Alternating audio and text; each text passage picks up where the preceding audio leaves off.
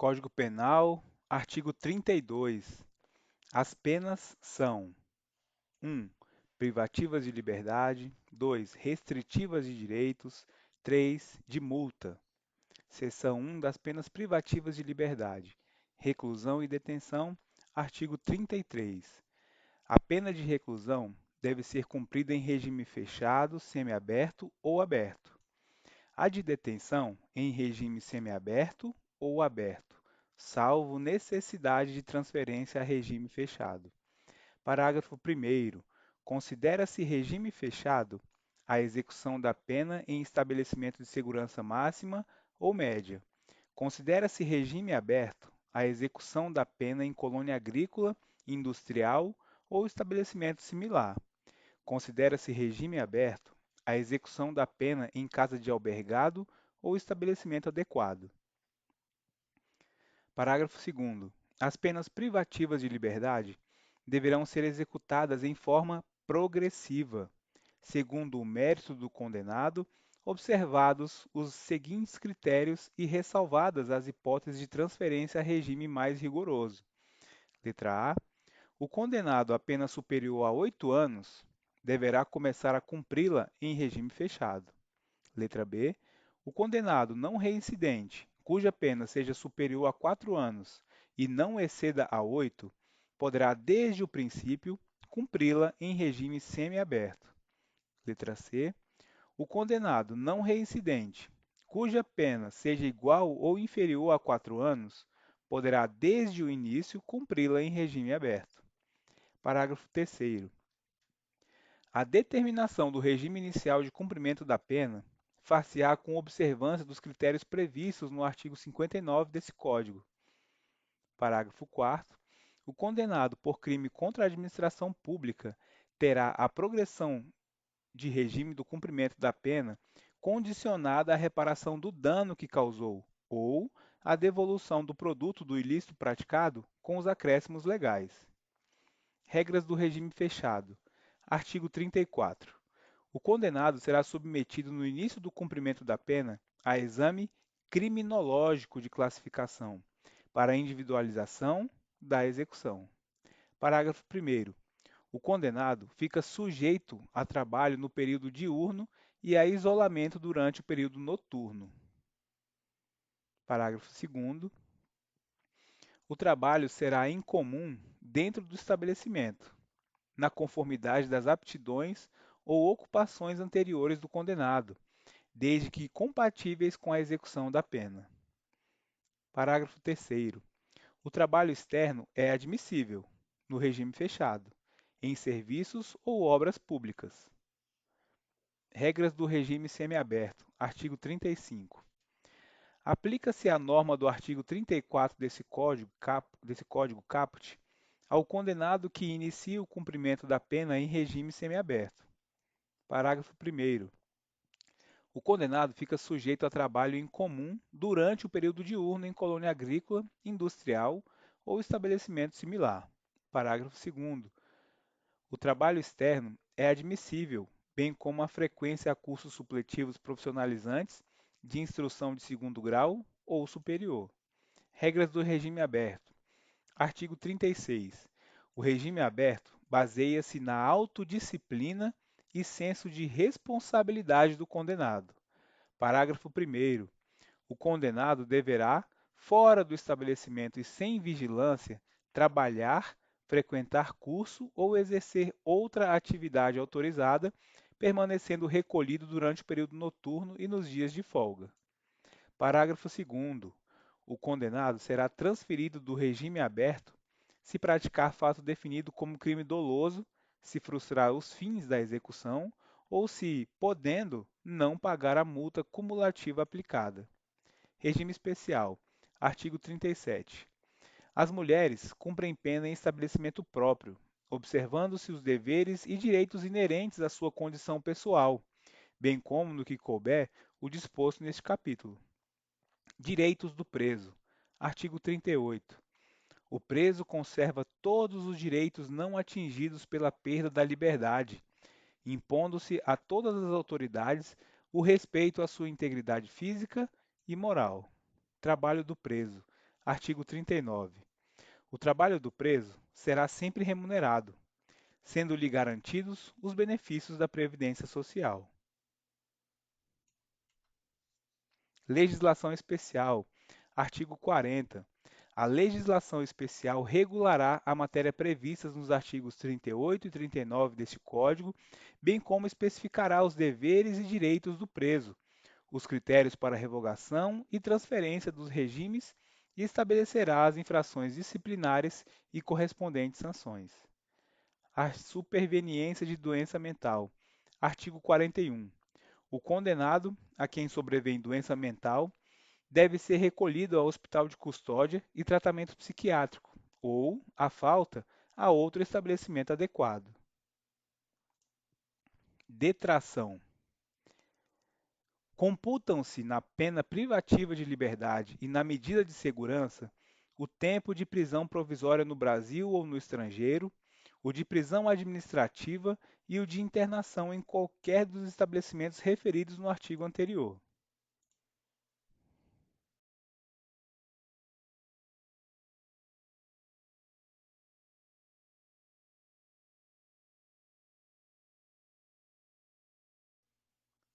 Código de Processo Penal, artigo 47. Se o Ministério Público julgar necessários maiores esclarecimentos e documentos complementares ou novos elementos de convicção, deverá requisitá-los diretamente de quaisquer autoridades ou funcionários que devam ou possam fornecê-los.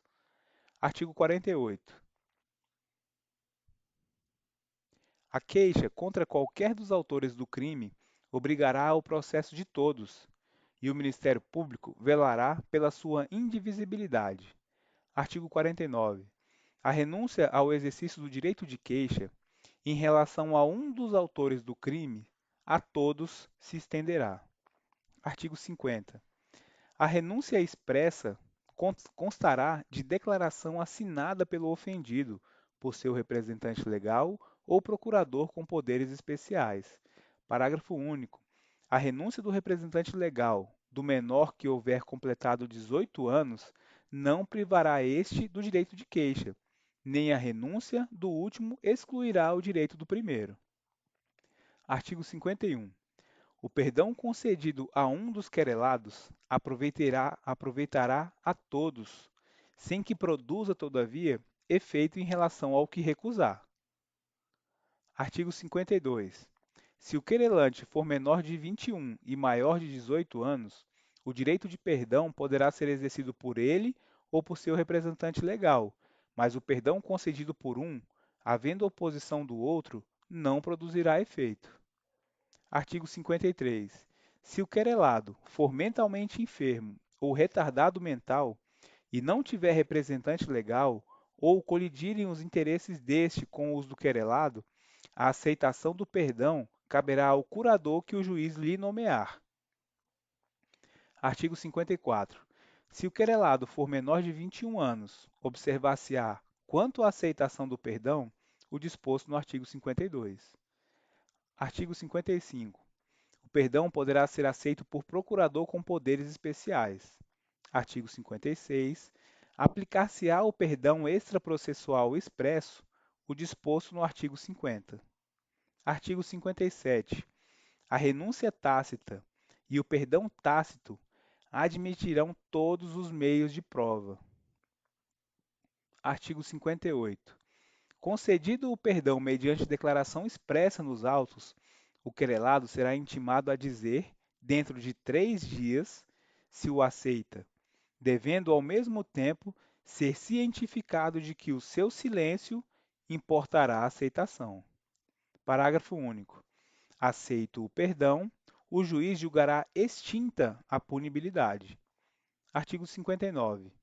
A aceitação do perdão fora do processo constará de declaração assinada pelo querelado por seu representante legal ou procurador com poderes especiais. Artigo 60. Nos casos em que somente se procede mediante queixa, considerar-se-á perempta a ação penal: 1. Quando iniciada esta, o querelante deixar de promover o andamento do processo durante 30 dias seguidos. 2. quando falecendo o querelante ou sobrevindo sua incapacidade, não comparecer em juízo para prosseguir no processo, dentro do prazo de 60 dias, qualquer das pessoas a quem couber fazê-lo, ressalvado o disposto no artigo 36. Inciso terceiro, quando o querelante deixar de comparecer sem motivo justificado a qualquer ato do processo a que deva estar presente, ou deixar de formular o pedido de condenação nas alegações finais. Inciso quarto, quando, sendo o querelante pessoa jurídica, esta se extinguir sem deixar sucessor. Artigo 61. Em qualquer fase do processo, o juiz, se reconhecer extinta a punibilidade, deverá declará-lo de ofício. Parágrafo único. No caso de requerimento do Ministério Público, do querelante ou do réu, o juiz mandará autuá-lo em apartado, ouvirá a parte contrária e, se o julgar conveniente, concederá o prazo de 5 dias para a prova, proferindo a decisão dentro de 5 dias ou reservando-se para apreciar a matéria na sentença final. Artigo 62. No caso de morte do acusado, o juiz, somente à vista da certidão de óbito e depois de ouvido o Ministério Público, declarará extinta a punibilidade. Capítulo 4 da Ação Civil. Artigo 63. Transitada em julgado a sentença condenatória, poderão promover-lhe a execução no juízo civil, para o efeito da reparação do dano, o ofendido, seu representante legal ou seus herdeiros. Parágrafo único. Transitada em julgado a sentença condenatória, a execução poderá ser efetuada pelo valor fixado nos termos do inciso 4º do caput do artigo 387 deste Código, sem prejuízo da liquidação para a apuração do dano efetivamente sofrido. Artigo 64. Sem prejuízo do disposto no artigo anterior, a ação para ressarcimento do dano poderá ser proposta no juízo civil contra o autor do crime e, se for o caso, contra o responsável civil. Parágrafo único. Intentada a ação penal, o juiz da ação civil poderá suspender o curso desta até o julgamento definitivo daquela. Artigo 65. Faz coisa julgada no cível a sentença penal que reconhecer ter sido o ato praticado em estado de necessidade, em legítima defesa, em estrito cumprimento de dever legal ou no exercício regular de direito. Artigo 66.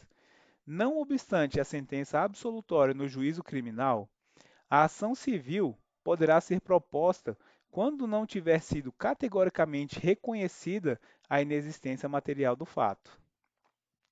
Artigo 67. Não impedirão igualmente a propositura da ação civil: 1. O despacho de arquivamento do inquérito ou das peças de informação. 2. A decisão que julgar extinta a punibilidade. 3. A sentença absolutória que decidir que o fato imputado não constitui crime. Artigo 68. Quando o titular do direito à reparação do dano for pobre, artigo 32, parágrafos 1º e 2º, a execução da sentença condenatória, artigo 63, ou a ação civil, artigo 64, será promovida a seu requerimento pelo Ministério Público.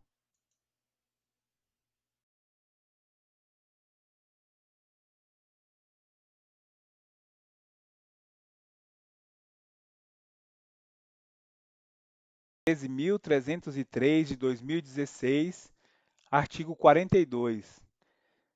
Na licitação e na contratação de obras e serviços por empresas públicas e sociedades de economia mista, serão observadas as seguintes definições: 1.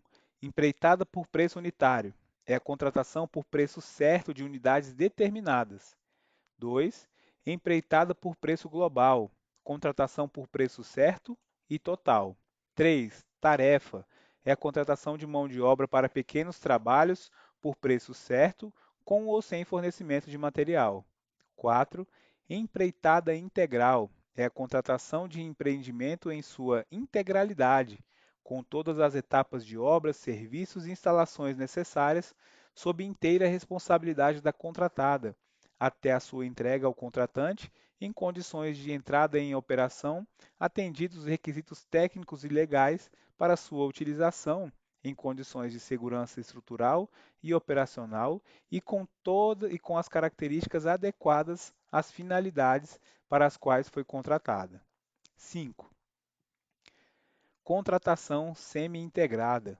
É a contratação que envolve a elaboração e o desenvolvimento do projeto executivo, a execução de obras e serviços de engenharia, a montagem, a realização de testes, a pré-operação e as demais operações necessárias e suficientes para a entrega final do objeto, de acordo com o estabelecido nos parágrafos 1º e 3º desse artigo.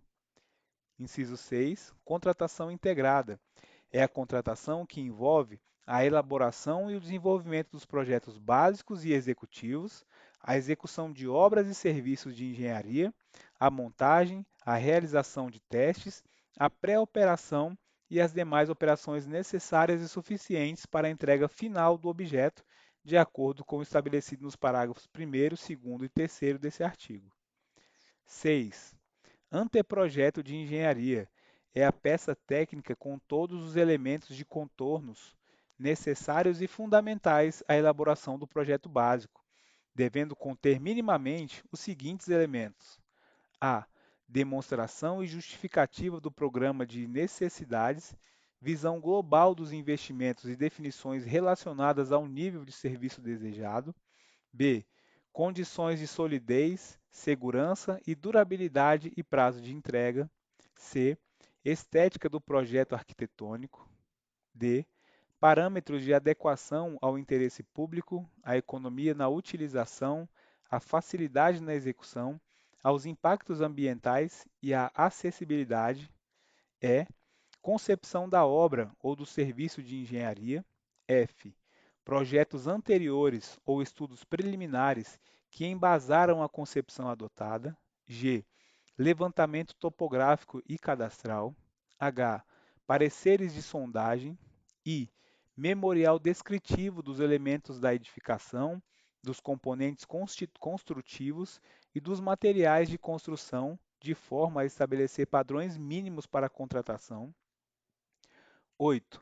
Projeto básico é o conjunto de elementos necessários e suficientes, com nível de precisão adequado, para, observado o disposto no parágrafo 3º, caracterizar a obra ou o serviço, ou o complexo de obras ou de serviços objetos da licitação, elaborado com base nas indicações dos estudos técnicos preliminares, que assegure a viabilidade técnica e o adequado tratamento do impacto ambiental do empreendimento e que possibilite a avaliação do custo da obra e a definição dos métodos e do prazo de execução, devendo conter os seguintes elementos: a.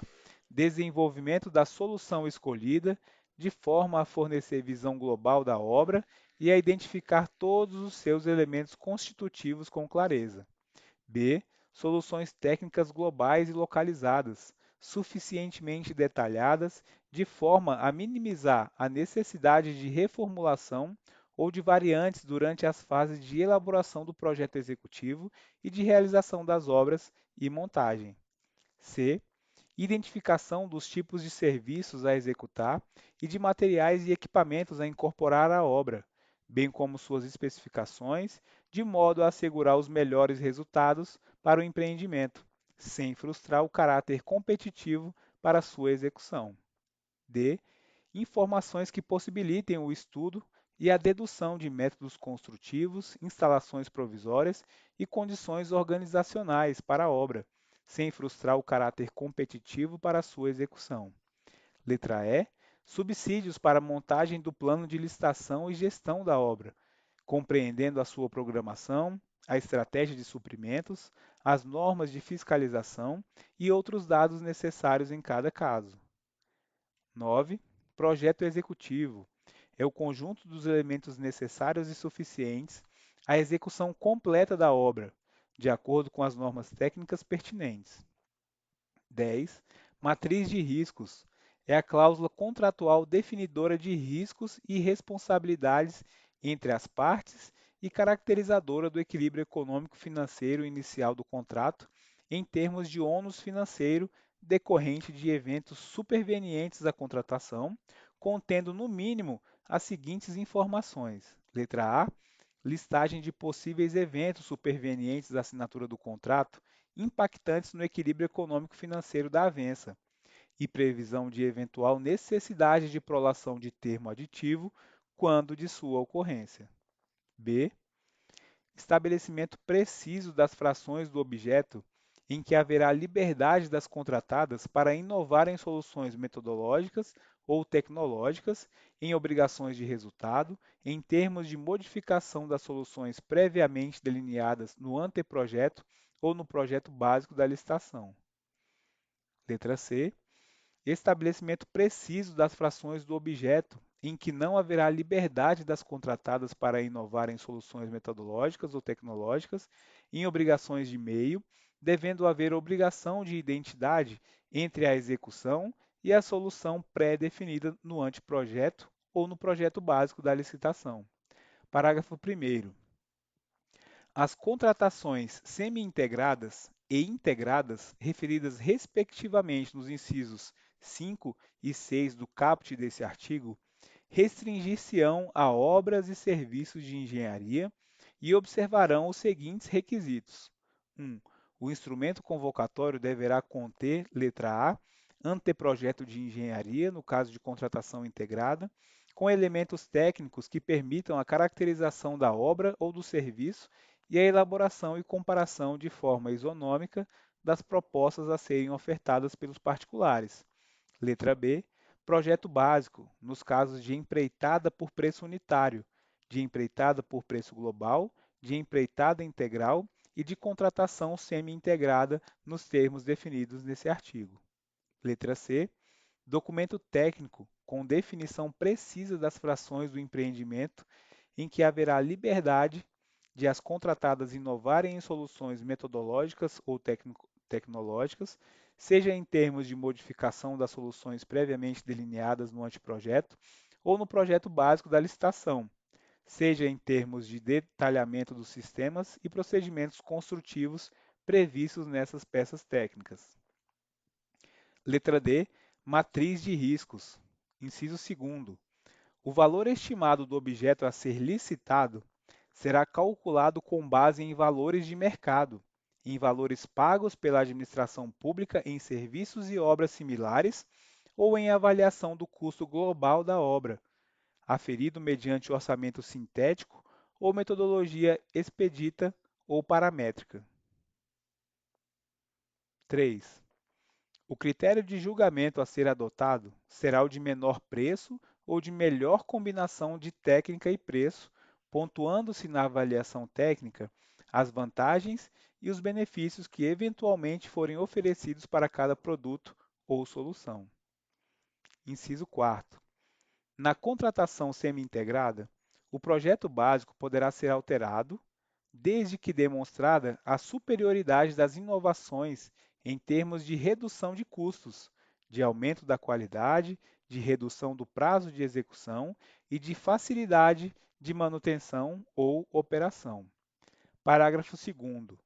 No caso dos orçamentos das contratações integradas, inciso 1º, sempre que o anteprojeto da licitação, por seus elementos mínimos, assim o permitir, as estimativas de preço devem se basear em orçamento tão detalhado quanto possível, devendo a utilização de estimativas paramétricas e a avaliação aproximada baseada em outras obras similares ser realizada somente nas frações do empreendimento não suficientemente detalhadas no anteprojeto da licitação, exigindo-se das contratadas, no mínimo, o mesmo nível de detalhamento em seus demonstrativos de formação de preços.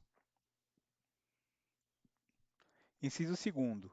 Quando utilizada a metodologia expedita ou paramétrica para abalizar o valor do empreendimento ou de fração dele, consideradas as disposições do inciso 1, entre duas ou mais técnicas estimativas possíveis, deve ser utilizado nas estimativas de preço base a que viabilize a maior precisão orçamentária, exigindo-se das licitantes, no mínimo, o mesmo nível de detalhamento na motivação dos respectivos preços ofertados. Parágrafo 3º. Nas contratações integradas ou semi-integradas, os riscos decorrentes de fatos supervenientes à contratação associados à escolha da solução de anteprojeto básico pela contratante deverão ser alocados como de sua responsabilidade na matriz de risco. Parágrafo 4º.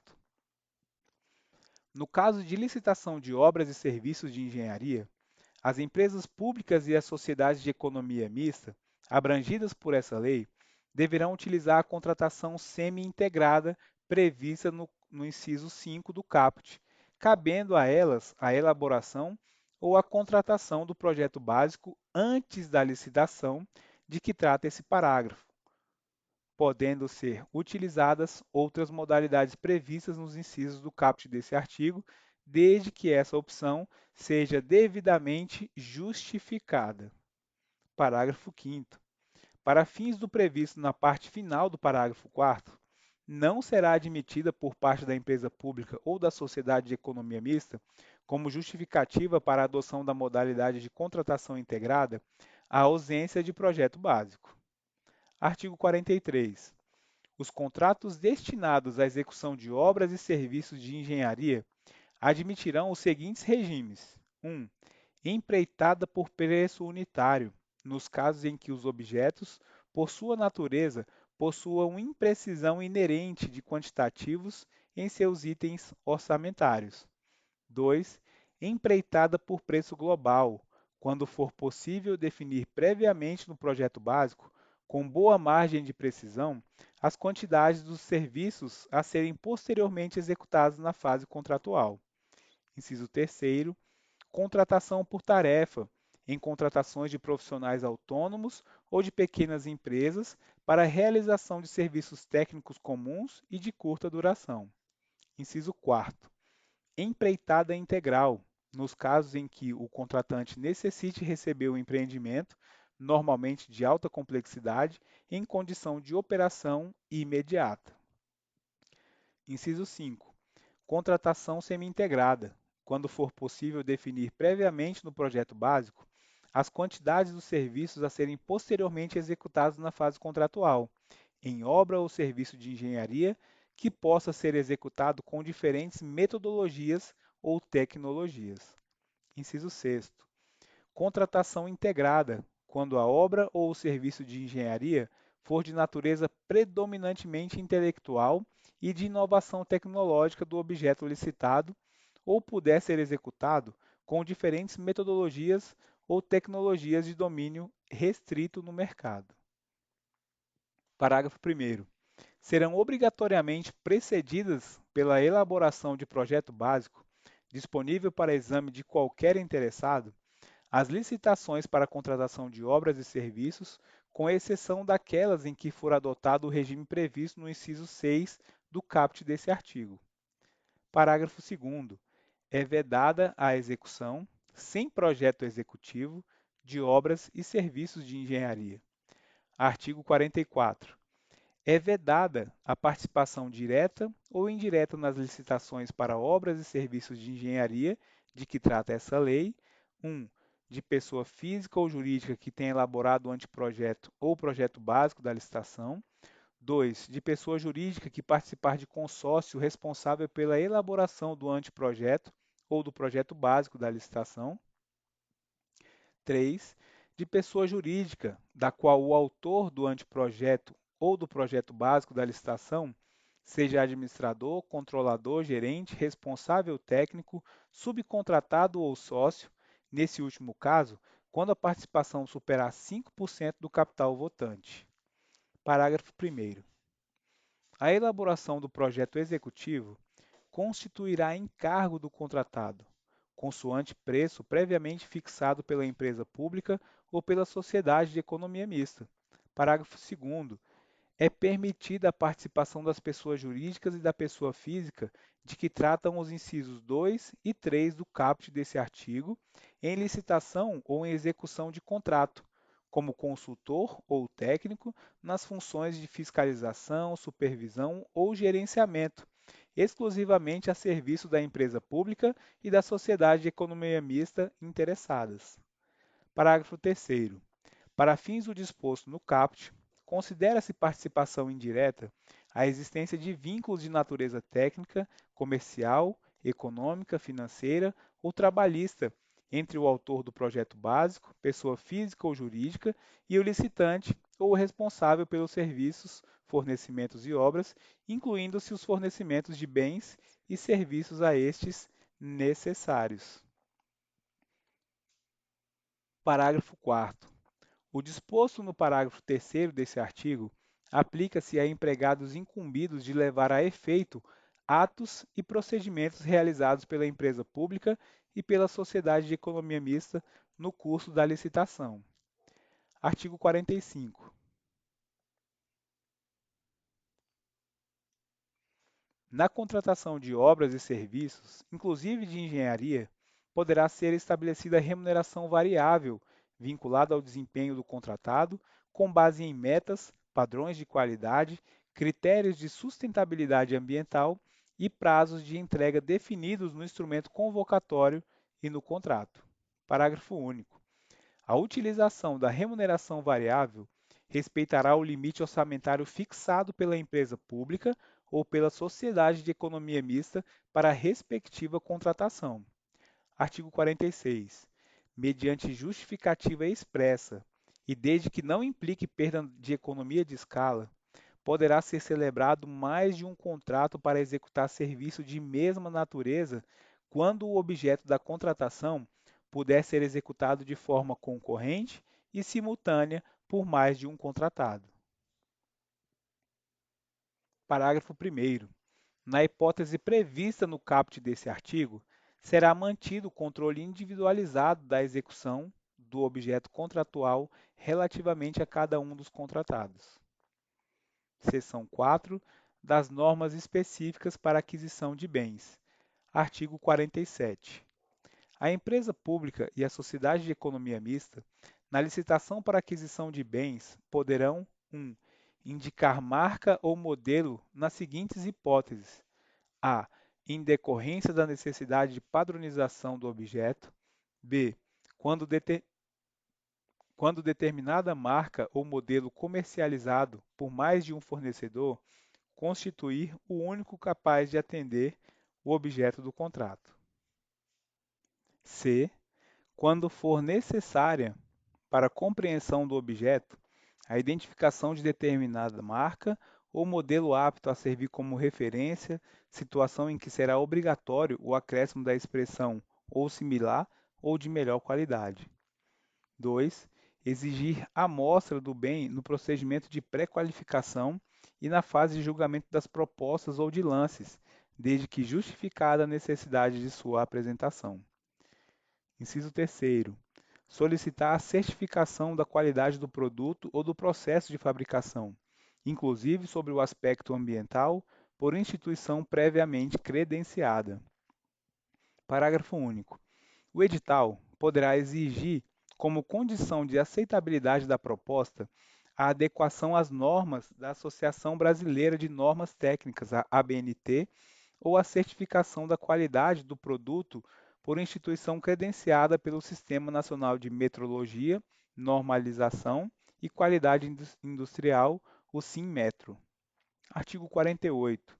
Será dada publicidade com periodicidade mínima semestral em sítio eletrônico oficial na internet de acesso irrestrito a relação das aquisições de bens efetivadas pelas empresas públicas e pelas sociedades de economia mista, compreendidas as seguintes informações: 1.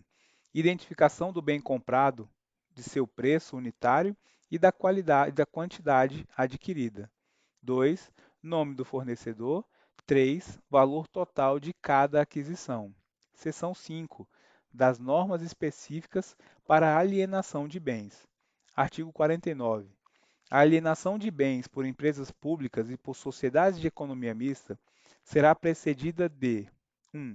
Avaliação formal do bem contemplado, ressalvadas as hipóteses previstas nos incisos 16 a 18 do artigo 29. 2. Licitação, ressalvado o previsto no parágrafo 3º do artigo 28. Artigo 50. Estende-se a atribuição de ônus real a bens integrantes do acervo patrimonial de empresas públicas e de sociedades de economia mista, as normas desta lei aplicáveis à sua alienação, inclusive em relação às hipóteses de dispensa e inexigibilidade de licitação. Seção 6 do procedimento de licitação. As licitações de que trata essa lei observarão a seguinte sequência de fases: 1. Preparação. 2. Divulgação. 3. Apresentação de lances ou propostas conforme o modo de disputa adotado. 4. Julgamento. 6. Verificação de efetividade dos lances ou propostas. Na verdade, 5. 6. Negociação. 7. Habilitação. 8. Interposição de recursos. 9. Adjudicação do objeto. 10. Homologação do resultado ou revogação do procedimento. Parágrafo 1º. A fase de que trata o inciso 7 do caput poderá excepcionalmente anteceder as referidas nos incisos 3 a 4 do caput, desde que expressamente previsto no instrumento convocatório. Parágrafo 2º.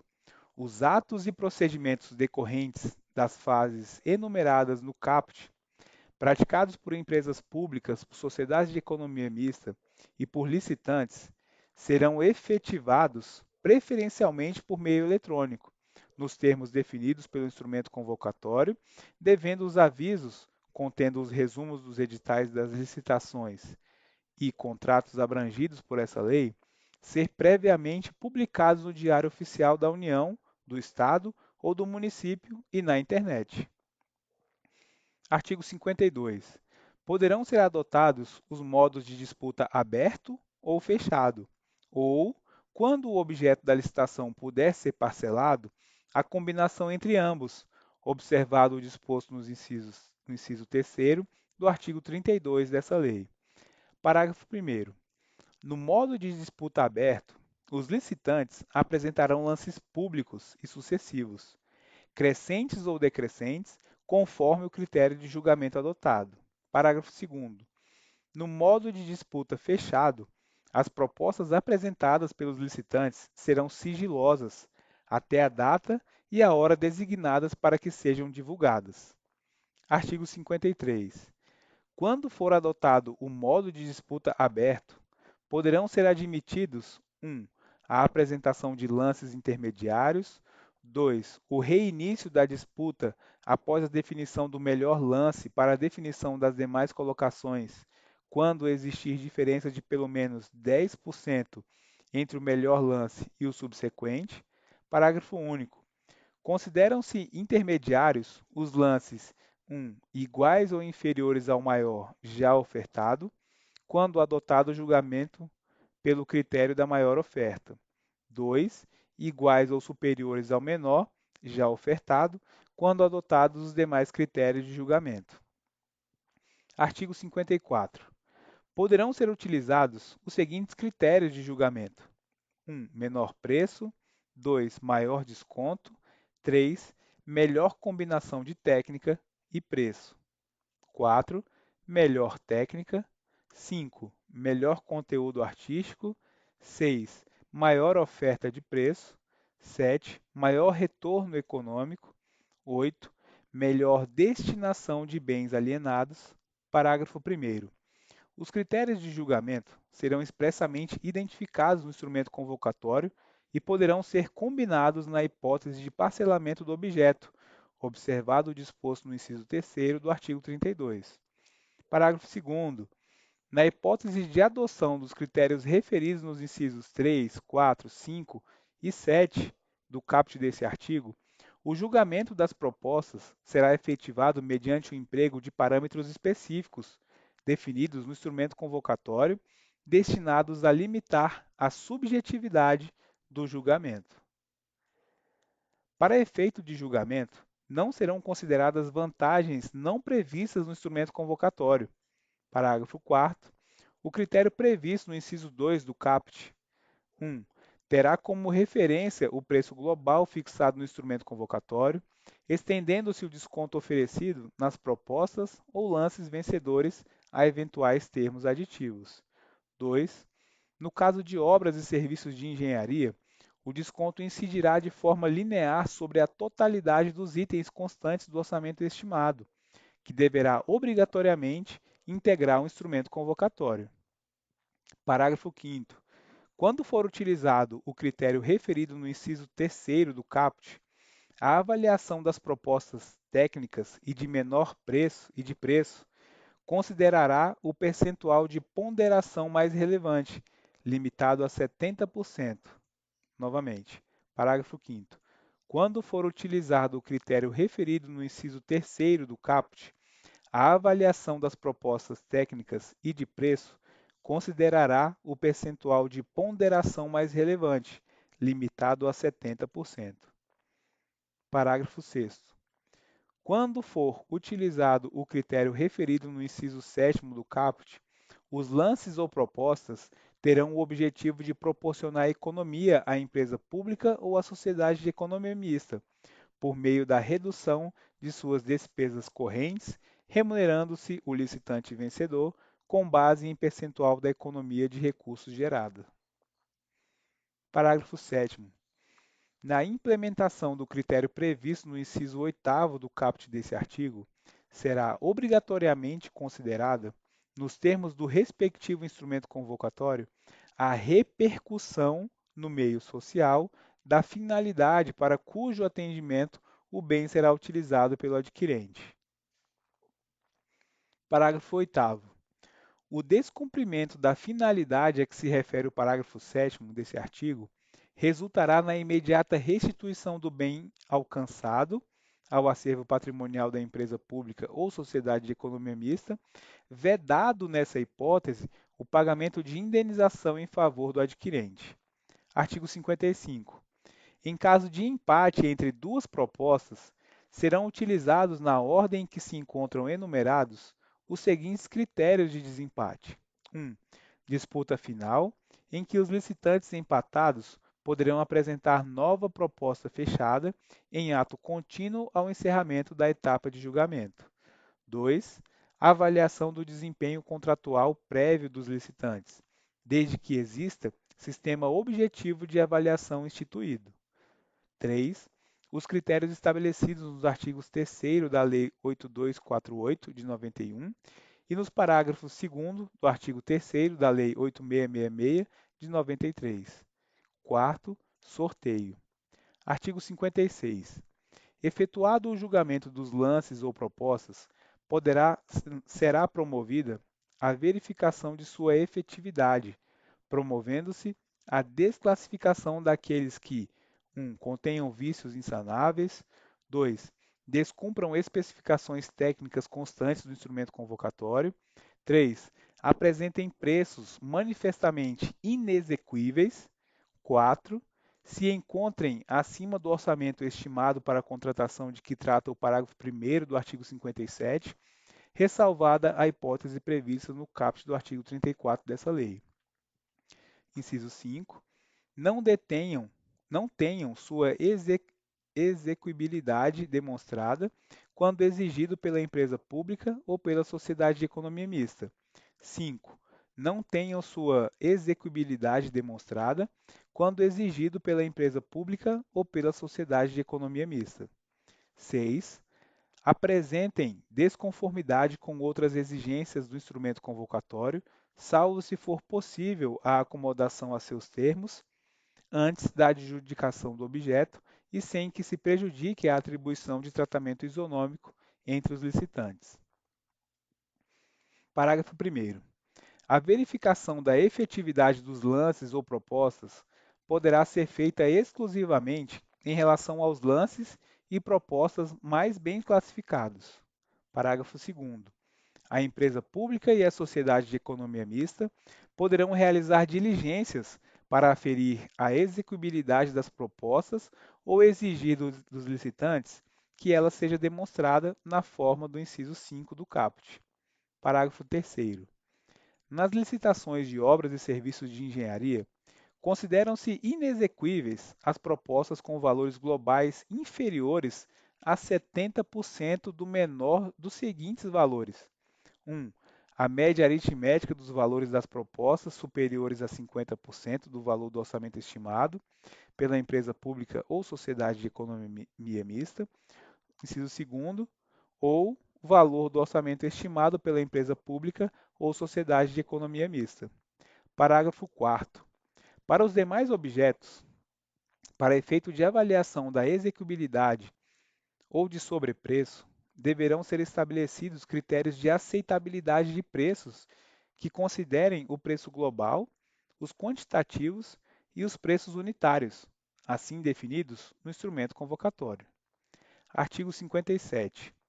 Confirmada a efetividade do lance ou proposta que obteve a primeira colocação na etapa de julgamento, ou que passe a ocupar essa posição em decorrência da desclassificação de outra que tenha obtido colocação superior, a empresa pública e a sociedade de economia mista deverão negociar condições mais vantajosas com quem apresentou. Parágrafo 1º. A negociação deverá ser feita com os demais licitantes, segundo a ordem inicialmente estabelecida, quando o preço do primeiro colocado, mesmo após a negociação, permanecer acima do orçamento estimado. Parágrafo 3º. Se depois de adotada a providência referida no parágrafo 1º desse artigo, não for obtido valor igual ou inferior ao orçamento estimado para a contratação, será revogada a licitação. Artigo 58. A habilitação será apreciada exclusivamente a partir dos seguintes parâmetros: 1. Exigência da apresentação de documentos aptos a comprovar a possibilidade da aquisição de direitos e da contratação de obrigações por parte do licitante. 2. Qualificação técnica restrita a parcelas do objeto técnica ou economicamente relevantes, de acordo com parâmetros estabelecidos de forma expressa no instrumento convocatório. 3. Capacidade econômica e financeira. 4. Recolhimento de quantia a título de adiantamento, tratando-se de licitações em que se utilize como critério de julgamento a maior oferta de preço. Parágrafo 1º. Quando o critério de julgamento utilizado for o de maior oferta de preço, os requisitos de qualificação técnica e de capacidade econômica e financeira poderão ser dispensados. Parágrafo 2º. Na hipótese do parágrafo 1º, reverterá a favor da empresa pública ou da sociedade de economia mista o valor de quantia eventualmente exigida no instrumento convocatório a título de adiantamento, caso o licitante não efetue o restante do pagamento devido no prazo para tanto estipulado. Artigo 59. Salvo no caso de inversão de fases, o procedimento licitatório terá a fase recursal única. Parágrafo 1º. Os recursos serão apresentados no prazo de 5 dias úteis após a habilitação e contemplarão, além dos atos praticados nessa fase, aqueles praticados em decorrência do disposto nos incisos 4 e 5 do caput do artigo 51 dessa lei. Parágrafo 2º. Na hipótese de inversão de fases, o prazo referido no parágrafo 1º será aberto após a habilitação e após o encerramento da fase prevista no inciso 5 do caput do artigo 51, abrangendo o segundo prazo também atos decorrentes da fase referida no inciso 4º do caput do artigo 51 dessa lei. Artigo 60. A homologação do resultado implica a constituição de direito relativo à celebração do contrato em favor do licitante vencedor. Artigo 61. A empresa pública e a sociedade de economia mista não poderão celebrar contrato com preterição da ordem de classificação das propostas ou com terceiros estranhos à licitação. Artigo 62. Além das hipóteses previstas no parágrafo 3º do artigo 57 dessa lei e no inciso 2º do parágrafo 2º do artigo 75 dessa lei, quem dispuser de competência para homologação do resultado poderá revogar a licitação por razões de interesse público decorrentes de fato superveniente que constitua óbice manifesto e incontornável ou anulá-la por ilegalidade, de ofício ou por provocação de terceiros, salvo quando for viável a convalidação do ato ou do procedimento viciado. Parágrafo 1º. A anulação da licitação por motivo de ilegalidade não gera obrigação de indenizar, observado o disposto no parágrafo 2º desse artigo. Parágrafo 2º. A nulidade da licitação induz a do contrato. Parágrafo 3º. Depois de iniciada a fase de apresentação de lances ou propostas, referida no inciso 3º do caput do artigo 51 dessa lei, a revogação ou a anulação da licitação somente será efetivada depois de se conceder aos licitantes que manifestem interesse em contestar o respectivo prazo, apto a lhes assegurar o exercício do direito ao contraditório e à ampla defesa. Parágrafo 4º. O disposto no caput e nos parágrafos 1º e 2º desse artigo aplica-se, no que couber, aos atos por meio dos quais se determine a contratação direta. Seção 7 dos procedimentos auxiliares das licitações. Artigo 63. São procedimentos auxiliares das licitações regidas por essa lei: 1. Pré-qualificação permanente. 2. Cadastramento. 3. Sistema de registro de preços. 4. Catálogo eletrônico de padronização. Parágrafo único. Os procedimentos de que trata o caput desse artigo obedecerão a critérios claros e objetivos definidos em regulamento. Artigo 64. Considera-se pré-qualificação permanente o procedimento anterior à licitação destinado a identificar 1. Fornecedores que reúnam condições de habilitação exigidas para o fornecimento de bem ou a execução de serviço ou obra nos prazos, locais e condições previamente estabelecidos. 2. Bens que atendam às exigências técnicas e de qualidade da administração pública. Parágrafo 1º. O procedimento de pré-qualificação será público e permanentemente aberto à inscrição de qualquer interessado. Parágrafo 2º. A empresa pública e a sociedade de economia mista poderão restringir a participação em suas licitações a fornecedores ou produtos pré-qualificados, nas condições estabelecidas em regulamento. Parágrafo 3º. A pré-qualificação poderá ser efetuada nos grupos ou segmentos segundo as especialidades dos fornecedores. Parágrafo 4º. A pré-qualificação poderá ser parcial ou total, contendo alguns ou todos os requisitos de habilitação ou técnicos necessários à contratação, assegurada em qualquer hipótese a igualdade de condições entre os concorrentes. Parágrafo 5º. A pré-qualificação terá validade de 1 ano, no máximo, podendo ser atualizada a qualquer tempo. Parágrafo 6º. Na pré-qualificação aberta de produtos, poderá ser exigida a comprovação de qualidade. Parágrafo 7º. É obrigatória a divulgação dos produtos e dos interessados que forem pré-qualificados. Artigo 65. Os registros cadastrais poderão ser mantidos para efeito de habilitação dos inscritos em procedimentos licitatórios e serão válidos por 1 ano, no máximo, podendo ser atualizados a qualquer tempo. Parágrafo 1º. Os registros cadastrais serão amplamente divulgados e ficarão permanentemente abertos para a inscrição de interessados. Parágrafo 2º. Os inscritos serão admitidos segundo requisitos previstos em regulamento. Parágrafo 3º. A atuação do licitante no cumprimento de obrigações assumidas será anotada no respectivo registro cadastral. Parágrafo 4º. A qualquer tempo, poderá ser alterado, suspenso ou cancelado o registro do inscrito, que deixar de satisfazer as exigências estabelecidas para a habilitação ou para a admissão cadastral. Artigo 66. O sistema de registro de preços, especificamente destinado às licitações de que trata essa lei, reger-se-á pelo disposto em decreto do Poder Executivo e pelas seguintes disposições. Parágrafo 1º. Poderá aderir ao sistema referido no caput qualquer órgão ou entidade responsável pela execução das atividades contempladas no artigo 1º dessa lei. Parágrafo 2º. O registro de preços observará, entre outras, as seguintes condições: 1. Efetivação prévia de ampla pesquisa de mercado. 2. Seleção de acordo com os procedimentos previstos em regulamento. 3.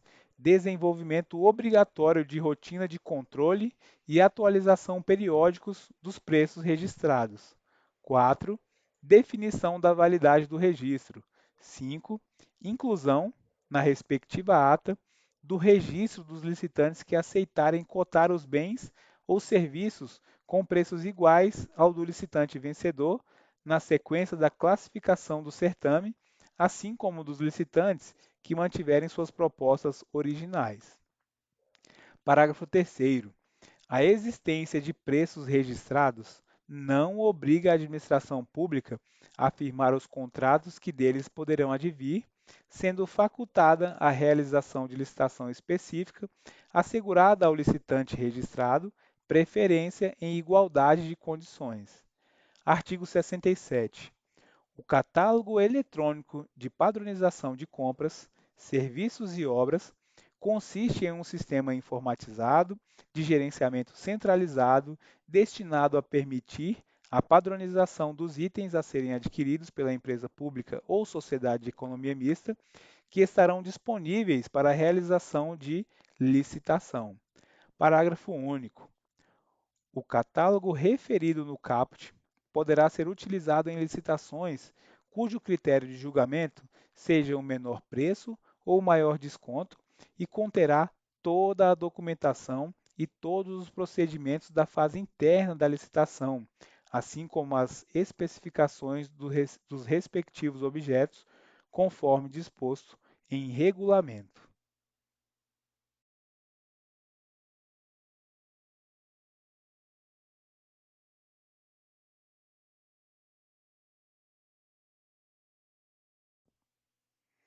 Lei 13.869 de 2019 dispõe sobre os crimes de abuso de autoridade, altera a Lei 7960 de 89. Artigo 1º. Esta lei define os crimes de abuso de autoridade cometidos por agente público, servidor ou não, que no exercício de suas funções ou a pretexto de exercê-las, abuse do poder que lhe tenha sido atribuído. Parágrafo 1º. As condutas descritas nessa lei constituem crimes de abuso de autoridade quando praticadas pelo agente com a finalidade específica de prejudicar outrem ou beneficiar a si mesmo ou a terceiro, ou ainda por mero capricho ou satisfação pessoal. Parágrafo 2º. A divergência na interpretação de lei ou na avaliação de fatos e provas não configura abuso de autoridade. Capítulo 2. Dos sujeitos do crime. Artigo 2º. É sujeito ativo do crime de abuso de autoridade qualquer agente público, servidor ou não, da administração direta, indireta ou fundacional de qualquer dos poderes da União, dos estados, do DF, dos municípios e de território, compreendendo, mas não se limitando a 1. Servidores públicos e militares ou pessoas a eles equiparadas. 2. Membros do Poder Legislativo. 3. Membros do Poder Executivo. 4. Membros do Poder Judiciário. 5. Membros do Ministério Público. 6. Membros dos tribunais ou conselhos de contas. Parágrafo único. Reputa-se agente público, para os efeitos dessa lei, todo aquele que exerce, ainda que transitoriamente ou sem remuneração, por eleição, nomeação, designação, contratação ou qualquer outra forma de investidura ou vínculo, mandato, cargo, emprego ou função em órgão ou entidade abrangidos pelo caput desse artigo. Capítulo 3. Da ação penal. Os crimes previstos nessa lei são de ação pública incondicionada.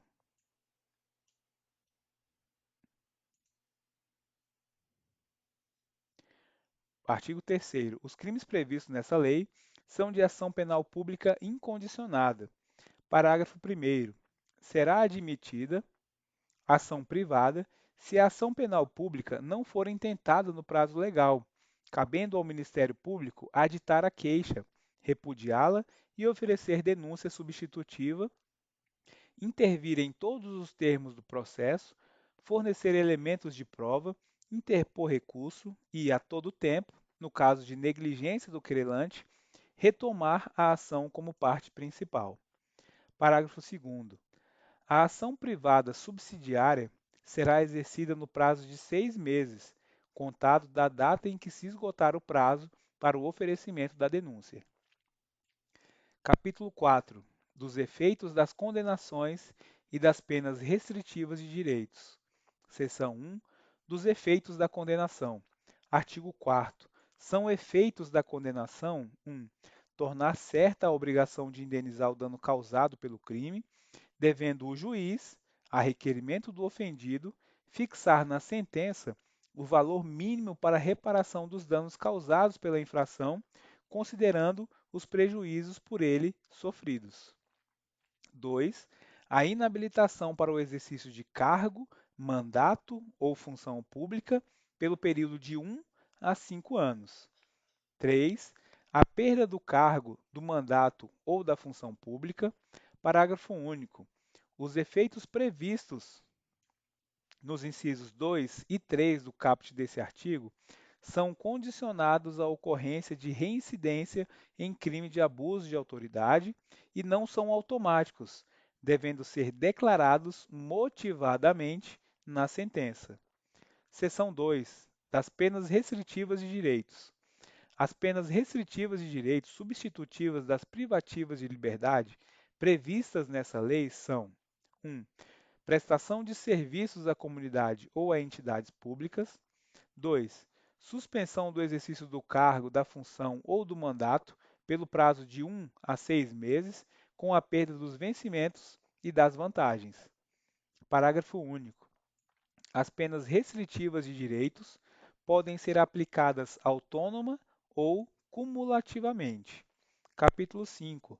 Das sanções de natureza civil e administrativa. Artigo 6º.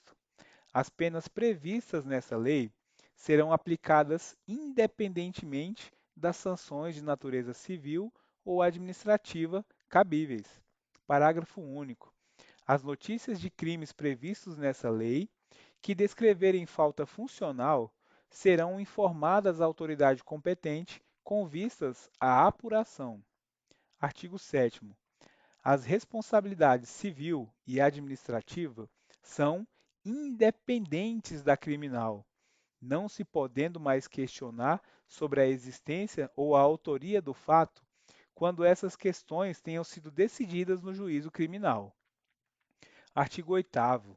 Faz coisa julgada no âmbito civil, assim como no administrativo disciplinar, a sentença penal que reconhecer ter sido o ato praticado em estado de necessidade, em legítima defesa, em estrito cumprimento de dever legal ou no exercício regular de direito.